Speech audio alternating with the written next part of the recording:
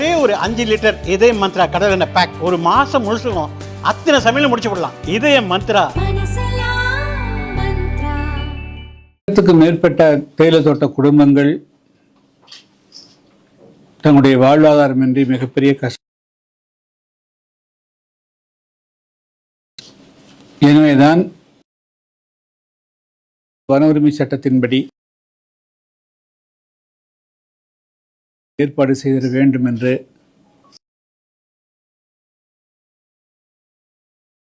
ஆனால்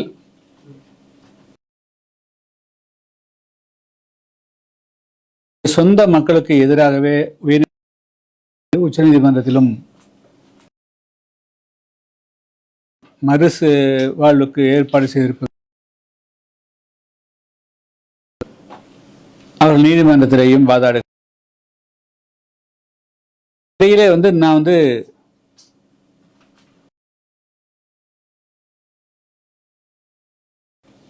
தேசிய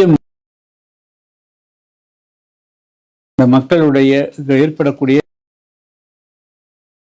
மக்களுக்கு குடிநீரை நிறுத்துறது,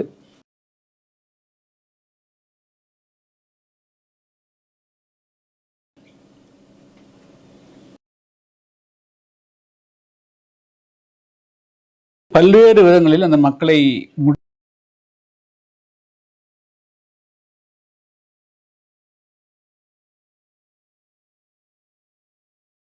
எனவேதான் தேசிய மனித உரிமை ஆணையத்தில் அவர்கள் 2 பேர் 2024ஆம் ஆண்டு டிசம்பர் மாதம்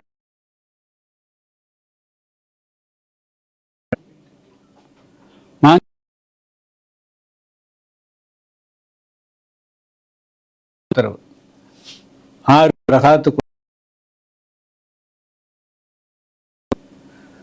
ஆனால் அதன்படி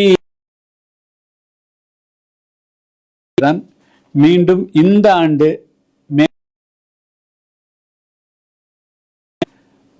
தலைமை செயலாளருக்கு நீங்கள் எந்த ஆண்டு கொடுத்து அவர்கள் கேள்வி கேட்டு மீண்டும் ஒரு தாக்கலை செய்தார். தான் இப்பொழுது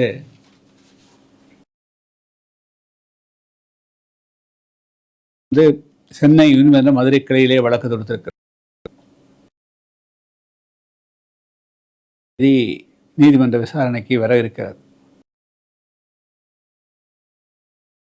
தொடர்பாக அவர்கள் தான் இதற்கு இடையில் கடந்த 2 நாட்களாக முற்றாக நிறுத்திட்டாங்க. மின்சாரம் நிறுத்தியாச்சு, போக்குவரத்து நிறுத்தியாச்சு, எல்லா விதமான கம்ப்ளீட்டாக அவங்களுக்கு சாதாரண ஒரு மனித வாழ்வதற்கு என்னெல்லாம் தேவையோ அனைத்து விதமான தடைகளையும் ஏற்படுத்தி இப்பொழுது முழுக்க அவங்களுக்கு ஒன்று அடிப்படை வசதிகள் அத்தியாவசியமான அனைத்துமே மாநில அரசு தடை செஞ்சிருச்சு. ஒரு வழக்கு நீதிமன்றத்தில் இருக்கிற போது அதுக்கு நீதிமன்றத்தில் பதில் சொல்ல வேண்டிய அரசு இது மாதிரி சாதாரண ஏழை மக்கள், பெரிய வசதி படைத்தவர்கள் அல்ல, பெரிய அளவுக்கு அவர்கள் சொத்து சுகம் சேர்த்திருந்தால் இதுபோல நாங்கள் மலைப்பகுதியில் தான் வாழுவோம் என்று அவர்கள் யாரும் வீம்பு பிடிக்க மாட்டார்கள். அவர்கள் சொந்த அதாவது அந்த பகுதியிலிருந்து கீழே இறங்கி அவர்கள் விட்டு இன்னைக்கு வரலும் இந்த அரசு கொஞ்சம் பேருக்கு அடுக்குமாடி வீடு கட்டுறாங்க. அடுக்குமாடி வீடு அவங்க வேலைக்கு எங்கே போக முடியும்? அவர்கள் ஏற்கனவே தேயிலை பறிப்பதற்கு வனப்பகுதியில் விறகு பொறிக்கோ அல்லது மீன் பிடித்தோ அல்லது ஆடு மாடுகள் மேய்த்தோ அல்லது கொஞ்சம் காய்கறிகள் பயிரிட்டோ வாழை பயிரிட்டோ பழக்கப்பட்டு போனவர்கள். அவர்களுக்கு சொந்த நிலைமை 1 சென்ட் 1 அடி 1 சதுர கூட இல்லாதவர்களை நீங்கள் அனாதையாக கொண்டு கீழே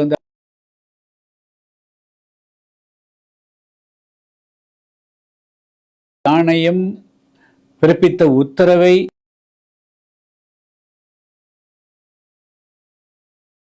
கேட்டு நீதிமன்றத்தில் வழக்கு இருக்கின்ற பொழுதே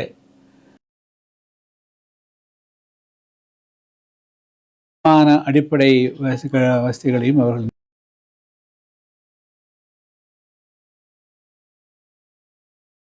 சொந்த மக்களையே இந்த அரசு வந்து இந்த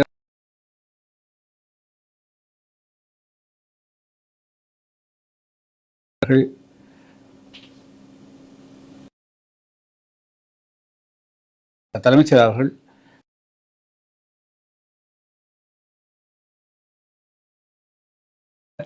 இப்பொழுது அந்த மக்களுக்கான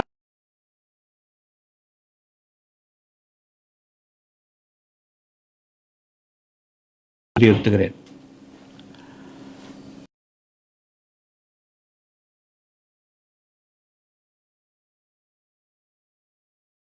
1937 வந்து 71 வரையிலும் மதுவிலக்கு இருந்தது.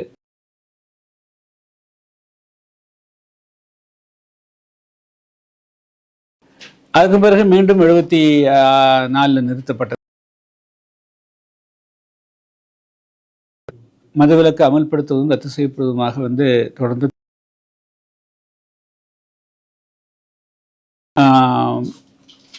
டாஸ்மாக்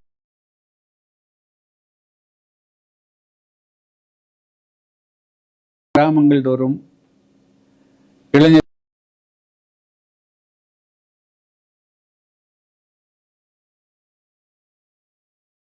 கூறுகிறது. இந்த மதுவனுடைய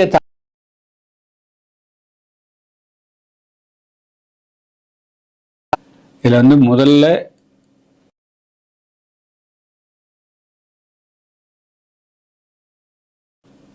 அதுக்கு பிறகு இதயத்தை பாதிக்கும். 4வது மூளையினுடைய அளவையே சுருக்கிவிடும். சிந்திக்கும் திறனே போயிடும், ஞாபக சக்தியே போயிடும்.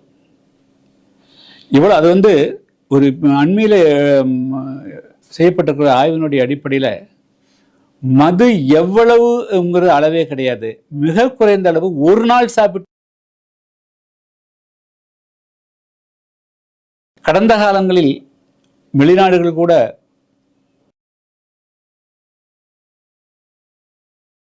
ஒரு 30 ml தினம் சாப்பிட்டால் உடம்புக்கு நல்லது என்ற ஆராய்ச்சிகள் அதுவும் தவறு என்று நிறுவனமாகிவிட்டது.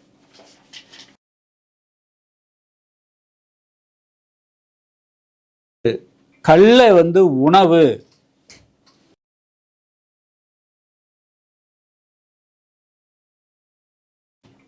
மதுவிலக்கே அமல்படுத்தினாலும் கள் வந்து உடம்புக்கு ஒன்றும் செய்ய வந்து பானம் மது பால் என்று தவறாக மக்கள் மத்தியில ஒரு பிரச்சாரத்தை துவக்கி பல இடங்களில் வந்து சட்டத்தையும் பெரிய ஆபத்தாகும். அதாவது கள் உண்ணாமை, கள் வந்து ஒரு மது என்ற காரணத்தினால்தான் 2000 வருடங்களுக்கு முன்பு இயற்றப்பட்ட திருக்குறளிலேயே கல்லுண்ணாமை, கள் உண்ணக்கூடிய அரசனை கண்டு பக்கத்தில் இருக்கக்கூடிய அரசர்கள் கூட பயப்பட மாட்டார்கள். கல் உண்ணக்கூடிய பெற்ற தாய் கூட வெறுத்து ஒதுக்குவாள், கல் உண்ணக்கூடிய காதலை கூட வெறுத்து ஒதுக்குவாள் என்று இப்படியெல்லாம் கல்லால் என்னென்னலாம் பாதிப்பு ஏற்படும் என்பது குறித்து இலக்கியங்கள் சொல்லிருக்கு. அதே போல நம்முடைய சிலப்பதிகாரத்தில் முதல்ல 4 விஷயங்களுக்காக இந்த சிலப்பதிகாரம் இயற்றப்பட்டது. ஒன்று வந்து கல் உண்ணாமை, 2வது கயவத்தனம் கூடாது, 3வது பொய் கூடாது, அடுத்து வந்து கொலை கூடாது. சரிங்களா? இதுதான் வந்து அதனுடைய மிக முக்கியமான அம்சங்கள். சொன்னால் அது மது, அது தீங்கி விளைவிக்கக்கூடியது வந்து 1000-2000 வருடங்களாக இருக்கக்கூடியதை வந்து சிலர் வந்து இதை வந்து கல் வந்து உடம்புக்கு நல்லது என்று, கெடாத கல் என்று எல்லாம் சொல்லுகிறார்கள். அப்படியெல்லாம் வந்து ஒன்றும் கிடையாது. எந்த கல் அந்த பனையில தென்னை மரத்திலிருந்து அது நேராக வெடிகின்ற பொழுது அதை அப்படியே 4 டிகிரி செல்சியஸில், அதாவது பனிக்கட்டியாகக்கூடிய அளவுக்கு அந்த நிலையில் அதை இறக்கி 10 டிகிரி செல்சியஸில் வச்சுருந்தா வேணா, -10 டிகிரி வச்சுருந்தா வேணா அது வந்து அது பேர் நீரான்னு பேர், அது ப்ரோபயாட்டிக்காக இருக்கும். ஆனால் 24 மணி நேரம் வந்து இந்த காலையில் 10 மணிக்கு பானையை கட்டிட்டு அடுத்த நாள் காலையில் இறக்கின்ற பொழுது அது வந்து 16% உடைய மதுவாக ஆல்கஹால் வந்து மாறிடும். குழந்தைக்கும் அந்த கல் கொடுக்கலாம்ங்கிற அளவுக்கெல்லாம் கொண்டு போறாங்க. இது வந்து மிக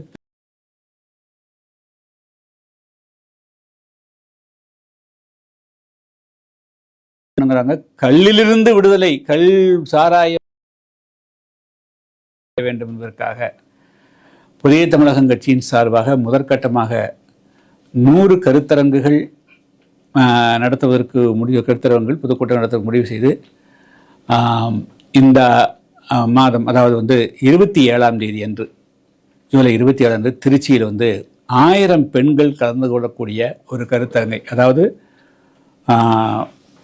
மதுவிலிருந்து தமிழ் சமுதாயத்தை விடுதலை செய்கிறது அப்படிங்கிற அடிப்படையில் இந்த கருத்தரங்கு துவங்குது. அதுக்கு பிறகு ஆகஸ்ட் மாதம் 2ஆம் தேதி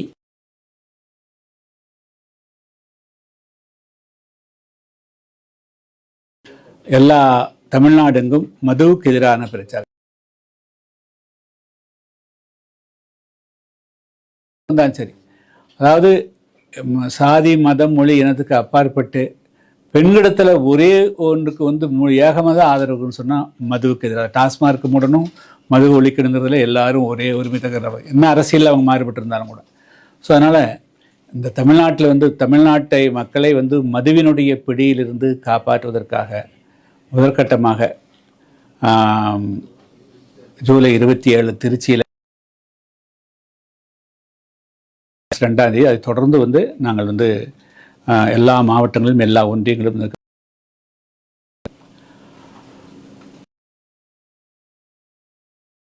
7வது மாநில மாநாட்டை மதுரையில் நடத்தவிருக்கிறோம். தேதி இன்னும் முடிவாகலை, இடம் வந்து முடிவானவர்கள் நாங்கள் அறிவிப்போம். அதுக்கிடையில் வந்து சில பேர் வந்து நாங்கள் இந்த புதிய தமிழகம் மக்கள் எஸ்சி பட்டியல் கோரிக்கையாக இருந்தது உங்களுக்கு தெரியும். நான் வந்து இங்கே மதுரையிலே பல முறை ப்ரெஸ் மீட் கொடுத்துக்கிறேன்.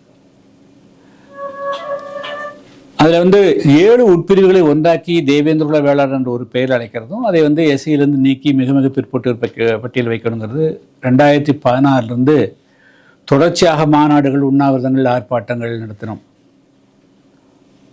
ஆனால் வந்து அதை நிறைவேற்ற வேண்டிய மத்திய அரசு பெயர் மாற்றத்தோடு நிறுத்தி கொண்டது. பட்டியல் மாற்றத்தை வந்து செய்து தரல.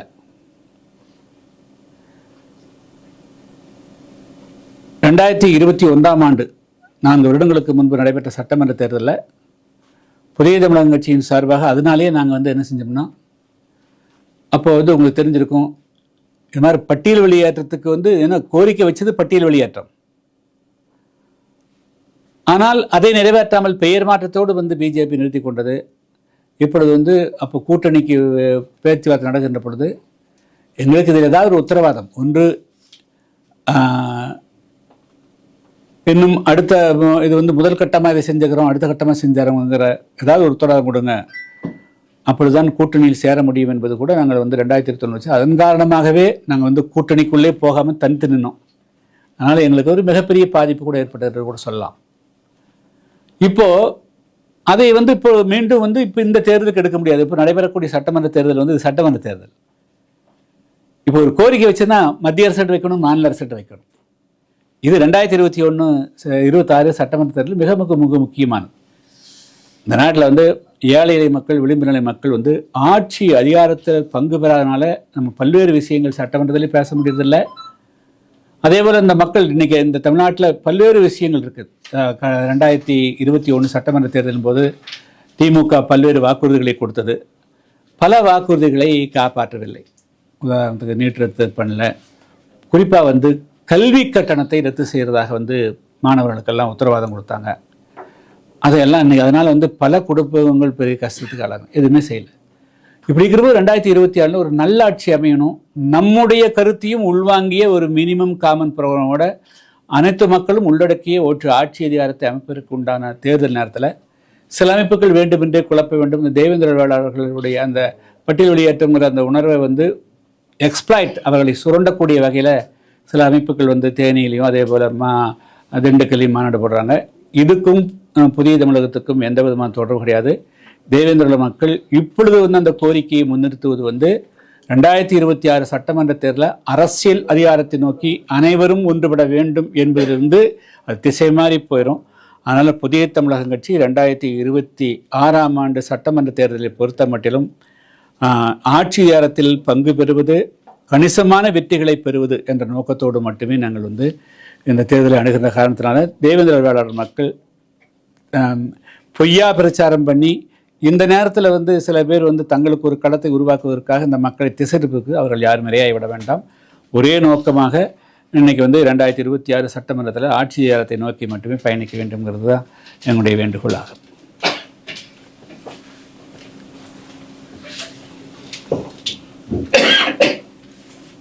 அடுத்தது இன்னொரு முக்கியமான விஷயம், கடந்த 8ஆம் தேதி அன்று திருநெல்வேலி மாவட்டம் வடக்கன்குளம் அருகே, பணக்குடி அருகே ஒரு தனியார் விடுதியில் தங்கியிருந்த மாணவன் பேர் என்ன, சேர்மன் துறை என்ற மாணவன் வந்து அவர் வந்து கிணத்தில் விழுந்து இறந்து விட்டதாக பெற்றோர் தகவல் கிடைச்சு அவங்க போய் பார்த்தப்போ பாடி பார்த்தாங்க. ஆனால் பெற்றோர் இடத்துல எதுவுமே சொல்லாமல், போஸ்ட்மார்ட்டம் வீடியோ கவரேஜ் பண்ணாமல் உடனடியாக வந்து அவங்களா பண்ணி பாடியை டிஸ்போஸ் பண்ணுறதுக்கு முயற்சி எடுத்தாங்க. அதனால் நாங்கள் வந்து வழக்கு அந்த பேரோட பெற்றோர் போட்டிருக்கோம். அந்த வழக்கு வந்து இன்றைக்கி விசாரணைக்கு வருகிறது. ஸோ காவல்துறை வந்து ஒரு இதுபோல் இப்போ தான் வந்து நம்ம திருப்புவனம் அஜித்குமார் மேட்டரில் இவ்வளோ பிரச்சனை வந்தது. அது தனியார் ஒரு விடுதியில் நடந்தது. தவறு அது அவர்கள் பக்கம் இருக்கலாம், அது மாணவர் பக்கம் இருக்கலாம்.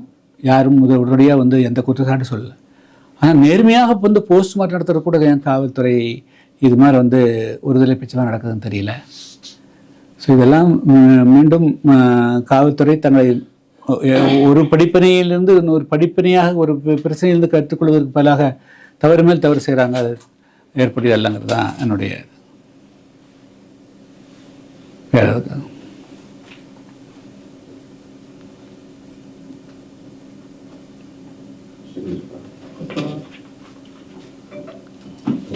Okay, thank you.